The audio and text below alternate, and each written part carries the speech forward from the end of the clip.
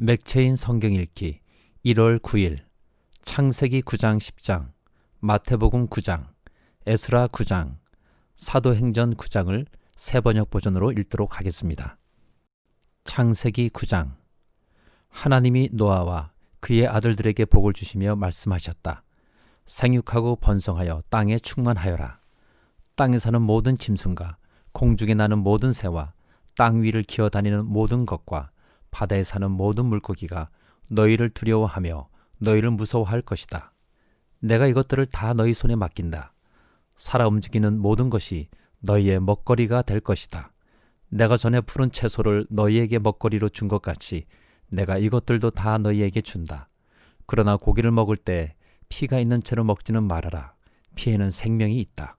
생명이 있는 피를 흘리게 하는 자는 내가 반드시 보복하겠다. 그것이 짐승이면 어떤 짐승이든지 그것에게도 보복하겠다. 사람이 같은 사람의 피를 흘리게 하면 그에게도 보복하겠다. 사람은 하나님의 형상대로 지음을 받았으니 누구든지 사람을 죽인 자는 죽임을 당할 것이다. 너희는 생육하고 번성하며 땅에 편만하여 거기에서 번성하여라. 하나님이 노아와 그의 아들들에게 말씀하셨다. 이제 내가 너희와 너희 뒤에 오는 자손에게 직접 언약을 세운다. 너희와 함께 있는 살아 숨쉬는 모든 생물, 곧 너와 함께 방주에서 나온 새와 집짐승과 모든 들짐승에게도 내가 언약을 세운다. 내가 너희와 언약을 세울 것이니 다시는 홍수를 일으켜서 살과 피가 있는 모든 것들을 없애는 일이 없을 것이다. 땅을 파멸시키는 홍수가 다시는 일어나지 않을 것이다. 하나님이 말씀하셨다. 내가 너희 및 너희와 함께 숨쉬는 모든 생물 사이에 대대로 세우는 언약의 표는 바로 무지개이다. 내가 무지개를 구름 속에 들터이니 이것이 나와 땅 사이에 세우는 언약의 표가 될 것이다. 내가 구름을 일으켜서 땅을 덮을 때마다 무지개가 구름 사이에서 나타나면 나는 너희와 숨쉬는 모든 짐승, 곧 살과 피가 있는 모든 것과 더불어 세운 그 언약을 기억하고 다시는 홍수를 일으켜서 살과 피가 있는 모든 것을 물로 멸하지 않겠다. 무지개가 구름 사이에서 나타날 때마다 내가 그것을 보고 나 하나님이 살아 숨쉬는 모든 것들, 곧 땅 위에 있는 살과 피를 지는 모든 것과 세운 영원한 언약을 기억하겠다. 하나님이 노아에게 말씀하셨다. 이것이 내가 땅 위에 살과 피를 지는 모든 것과 더불어 세운 언약의 표다. 방주에서 나온 노아의 아들은 셈과 함과 야벳이다. 함은 가나안의 조상이 되었다. 이 세 사람이 노아의 아들인데 이들에게서 인류가 나와서 온 땅 위에 퍼져 나갔다. 노아는 처음으로 밭을 가는 사람이 되어서 포도나무를 심었다.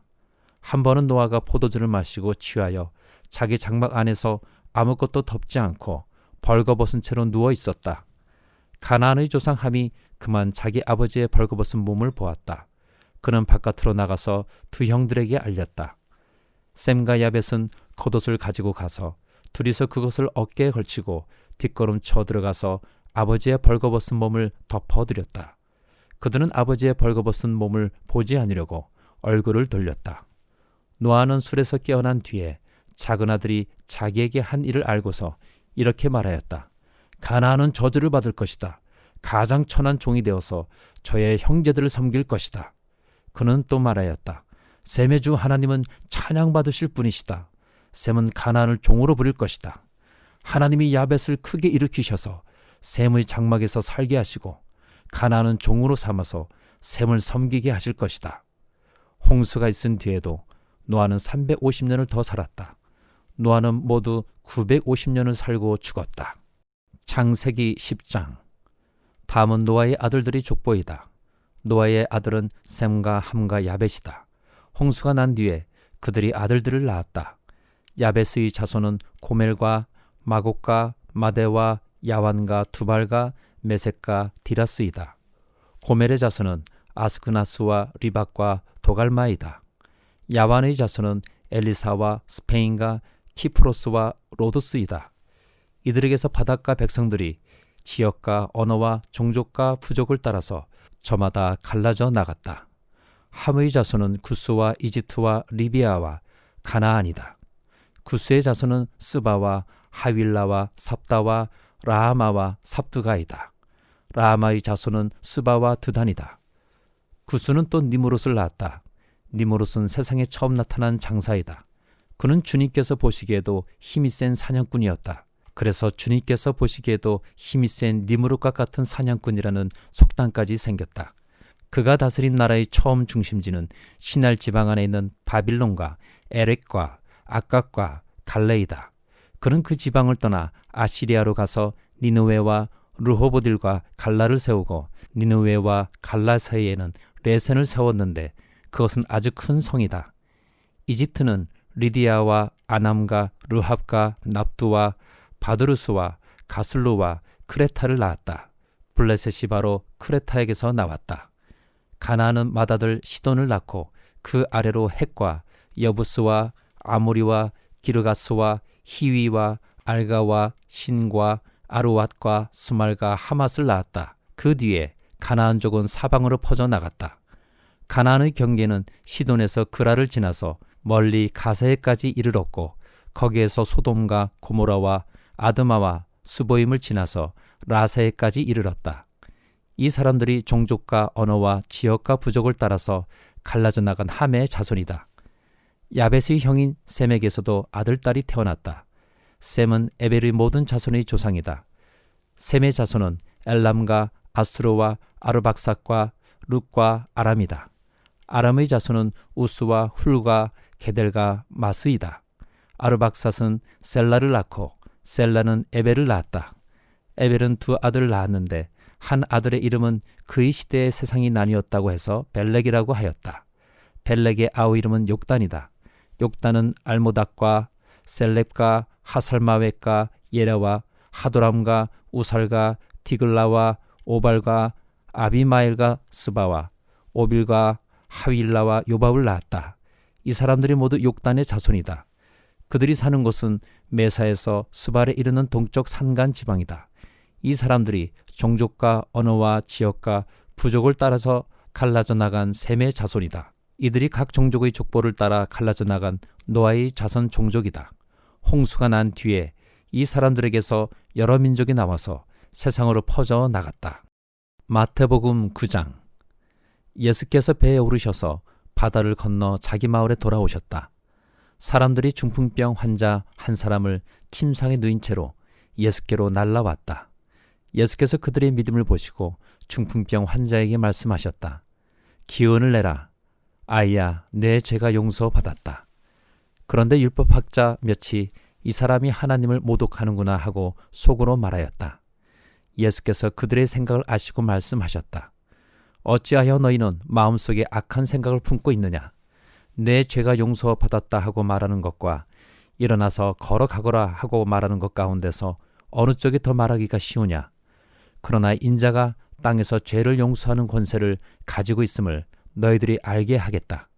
그리고 예수께서 중풍병 환자에게 일어나서 내 침상을 거두어 가지고 집으로 가거라 하시니 그가 일어나서 자기 집으로 돌아갔다.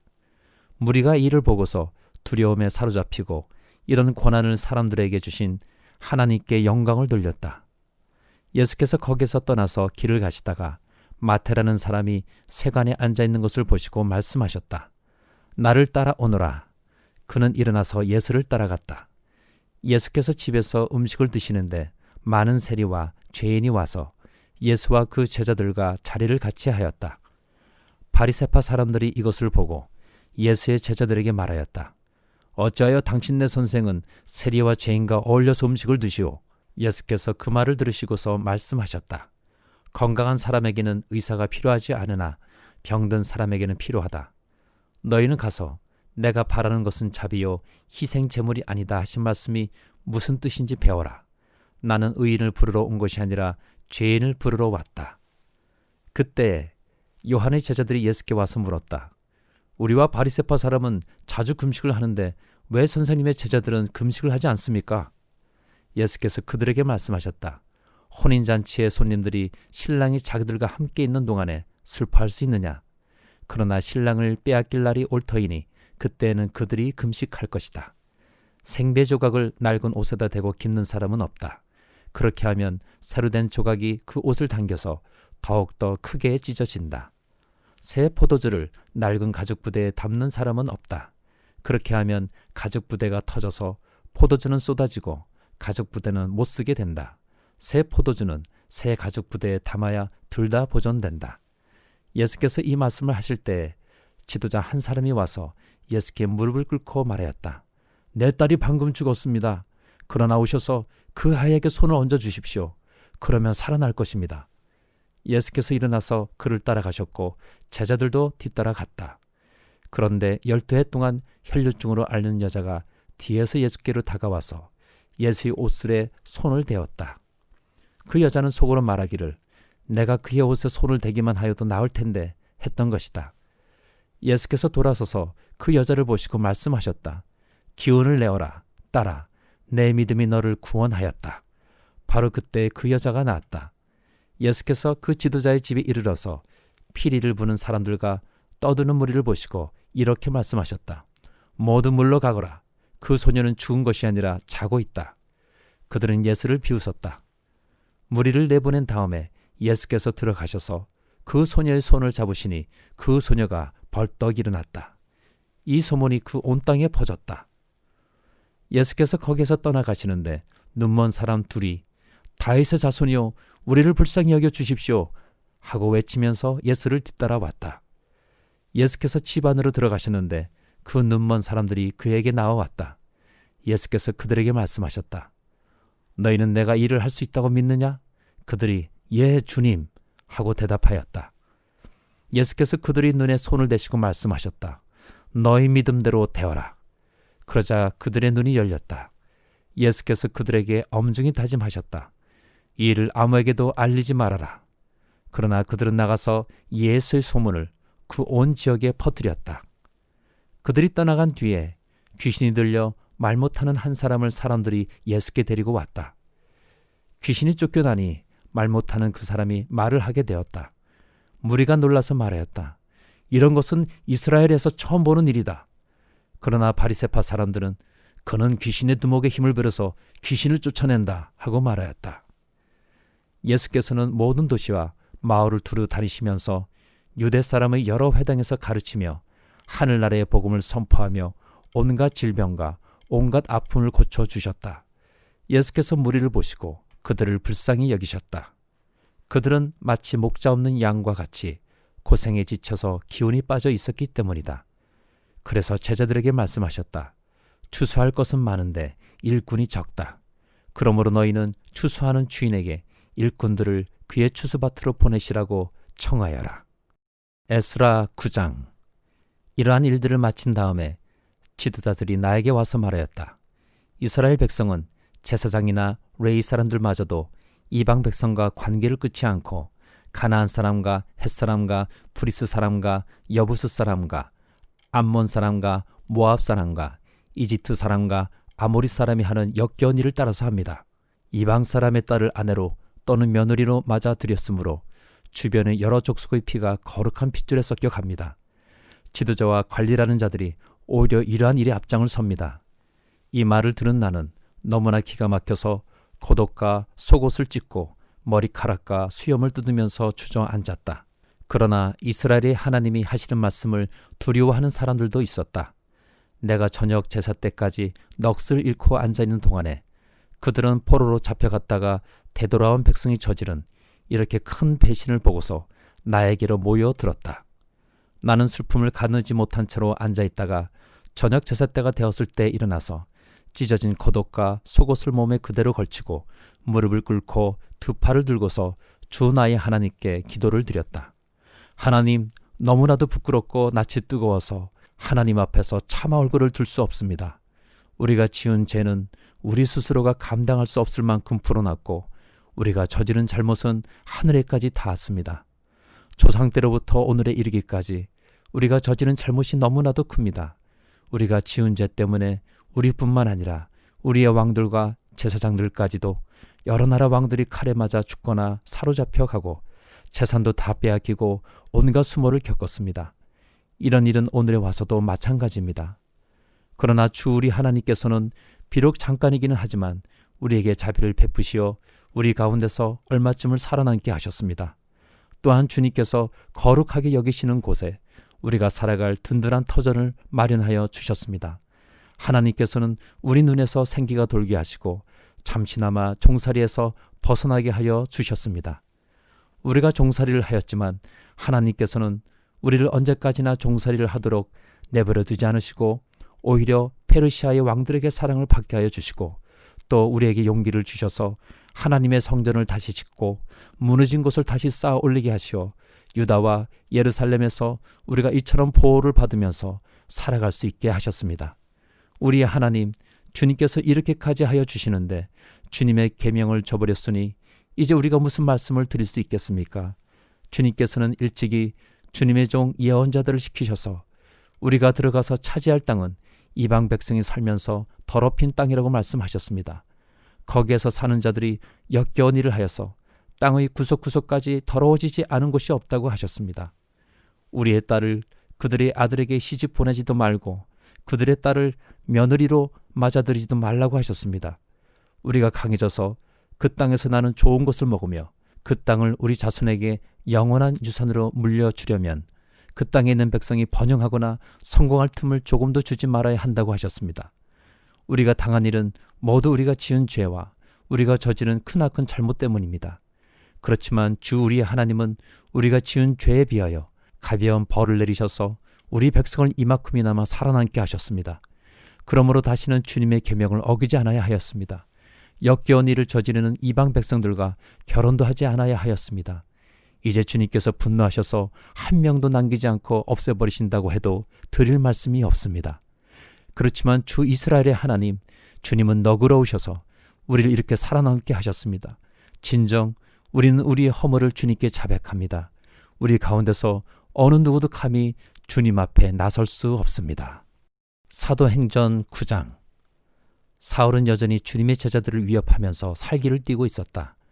그는 대제사장에게 가서 다마스쿠스에 있는 여러 회당으로 보내는 편지를 써달라고 하였다. 그는 그 도를 믿는 사람은 남자나 여자나 가리지 않고 닥치는 대로 묶어서 예루살렘을 끌고 오려는 것이었다. 사울이 길을 가다가 다마스쿠스 가까이에 이르렀을 때 갑자기 하늘에서 환한 빛이 그를 둘러 비추었다. 그는 땅에 엎어졌다. 그리고 그는 사울아, 사울아, 내가 왜 나를 핍박하느냐 하는 음성을 들었다. 그래서 그가 주님 누구십니까? 하고 물으니 나는 내가 핍박하는 예수다. 일어나서 성 안으로 들어가거라. 내가 해야 할 일을 일러줄 사람이 있을 것이다. 하는 음성이 들려왔다.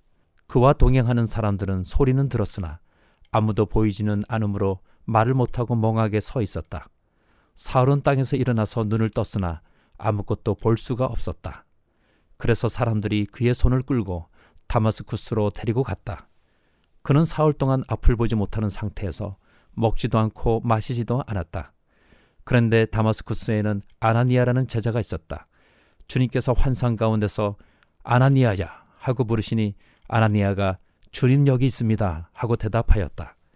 주님께서 아나니아에게 말씀하셨다. 일어나서 고든 길이라고 부르는 거리로 가서 유다의 집에서 사울이라는 5사람을 찾아라. 그는 지금 기도하고 있다. 그는 환상 속에 아나니아라는 사람이 들어와서 자기에게 손을 얹어 시력을 회복시켜 주는 것을 보았다. 아나니아가 대답하였다. 주님, 그가 예루살렘에서 주님의 성도들에게 얼마나 해를 끼쳤는지를 나는 많은 사람에게서 들었습니다. 그리고 그는 주님의 이름을 부르는 사람들을 잡아갈 권한을 대제사장들에게서 받아가지고 여기에 와 있습니다. 주님께서 그에게 말씀하셨다. 가거라. 그는 내 이름을 이방 사람들과 임금들과 이스라엘 자손들 앞에 가지고 갈 내가 택한 내 그릇이다. 그가 내 이름을 위하여 얼마나 많은 고난을 받아야 할지를 내가 그에게 보여주려고 한다. 그래서 아나니아가 떠나서 그 집에 들어가 사울에게 손을 얹고 형제 사울이여, 그대가 오는 도중에 그대에게 나타나신 주 예수께서 나를 보내셨소. 그것은 그대가 시력을 회복하고 성령으로 충만하게 되도록 하시려는 것이요 하고 말하였다. 곧 사울의 눈에서 비늘 같은 것이 떨어져 나가고 그는 시력을 회복하였다. 그리고 그는 일어나서 침례를 받고 음식을 먹고 힘을 얻었다. 사울은 며칠 동안 다마스쿠스에 있는 제자들과 함께 지냈다. 그런 다음에 그는 곧 여러 회당에서 예수가 하나님의 아들이심을 선포하였다. 그 말을 듣는 사람들은 다 놀라서 말하였다. 이 사람은 예루살렘에서 예수의 이름을 부르는 이들을 마구 죽이던 바로 그 사람이 아닌가? 그가 여기 온 것도 그들을 잡아서 대제사장들에게로 끌고 가려는 것이 아닌가?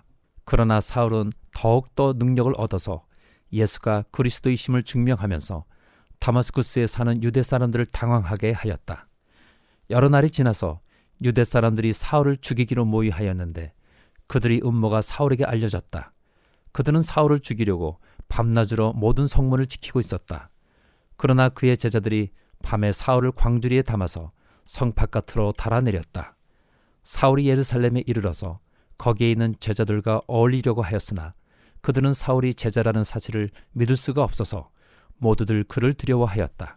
그러나 바나바는 사울을 맞아들여 사도들에게로 데려가서 사울이 길에서 주님을 본 일과 주님께서 그에게 말씀하신 일과 사울이 다마스쿠스에서 예수 이름으로 담대히 말한 일을 그들에게 이야기해 주었다. 그래서 사울은 제자들과 함께 지내면서 예루살렘을 자유로 드나들며 주님의 이름으로 담대하게 말하였고 그리스 말을 하는 유대 사람들과 말을 하고 토론을 하기도 하였다. 그러나 유대 사람들은 사울을 죽이려고 꾀하였다. 신도들이 이 일을 알고 사울을 가이사랴로 데리고 내려가서 다소로 보냈다. 그러는 동안에 교회는 유대와 갈릴리와 사마리아 온 지역에 걸쳐서 평화를 누리면서 튼튼히 서갔고 주님을 두려워하는 마음과 성령의 위로로 정진해서 그 수가 점점 늘어갔다. 베드로는 사방을 두루다니다가 룻다에 내려가서 거기에 사는 성도들도 방문하였다. 거기서 그는 8년 동안이나 중풍병으로 자리에 누워있는 애니야라는 사람을 만났다. 베드로가 그에게 애니야여, 예수 그리스도께서 그들을 고쳐주십니다. 일어나서 자리를 정돈하시오 하고 말하니 그는 곧 일어났다.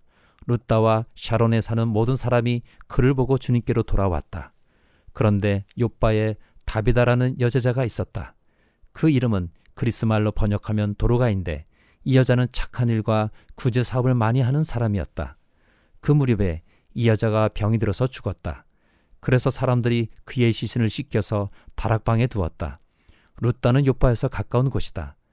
제자들이 베드로가 룻다에 있다는 말을 듣고 두 사람을 그에게로 보내서 지체하지 말고 와달라고 간청하였다. 그래서 베드로는 일어나서 심부름꾼과 함께 갔다. 베드로가 그곳에 이르니 사람들이 그를 다락방으로 데리고 올라갔다. 과부들이 모두 베드로 곁에 서서 울며 도로가가 그들과 함께 지낼 때 만들어둔 속옷과 겉옷을 다 내보여 주었다.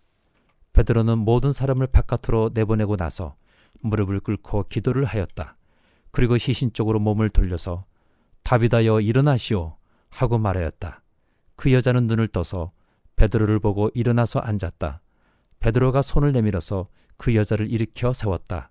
그리고 성도들과 과부들을 불러서 그 여자가 살아있음을 보여 주었다. 그 일이 온 욥바에 알려지니 많은 사람이 주님을 믿게 되었다. 그리고 베드로는 여러 날 동안 욥바에서 시몬이라는 무드장이의 집에서 묵었다.